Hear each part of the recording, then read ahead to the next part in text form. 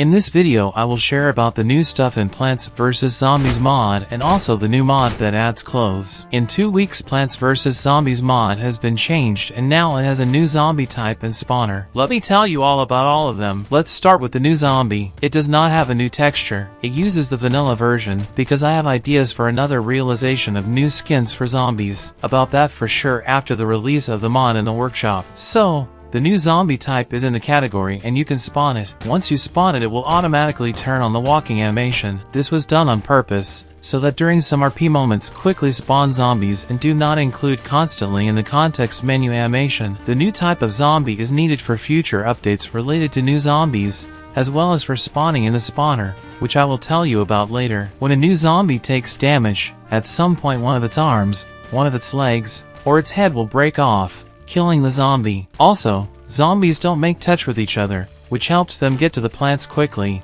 When a zombie dies, its projectile collision is disabled and it is removed after a few seconds. Another function of the new zombies is eating plants. The zombie needs to approach a plant and then his hands will be attracted to it and after a while he will eat it. Let's talk about the new spawner item. This item is needed to create zombie waves. You can place it anywhere you want. To spawn zombies you need to create spawn points. To do this, open the context menu of spawner and select add spawn point. A new spawn point will be created and you can place it anywhere you want. If you don't see the new spawn point, go to the detailed view mode. Only in this mode you can see spawn points. You can also move only in pause mode. The spawn points also have their own settings in the context menu. Select set right to turn the zombie spawn to the other side. Same with set left. You can also change the chance of zombies spawning on this point. Select set spawn chance to change this. You can enter a number between 0 and 1. 0 means no zombies will spawn, and 1 means zombies will spawn every time. Use numbers in between, for example 0.5. This number will mean that zombies will spawn with a 50% chance.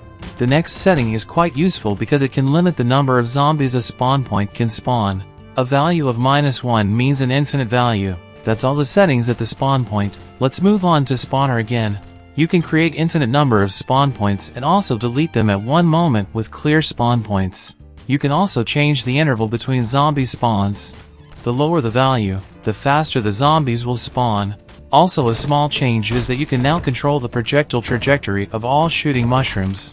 With the additions for this mod done, let's move on to something new. Right now a new mod is being developed that adds clothing. Let me tell you a little bit more about it. Clothes in this mod are separate items that you need to put on your character.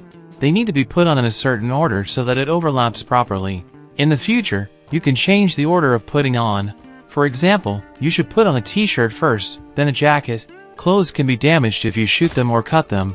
In this way you can make torn clothes and put them on the entity, which will look unusual. Also, any item of clothing can be colored using the context menu.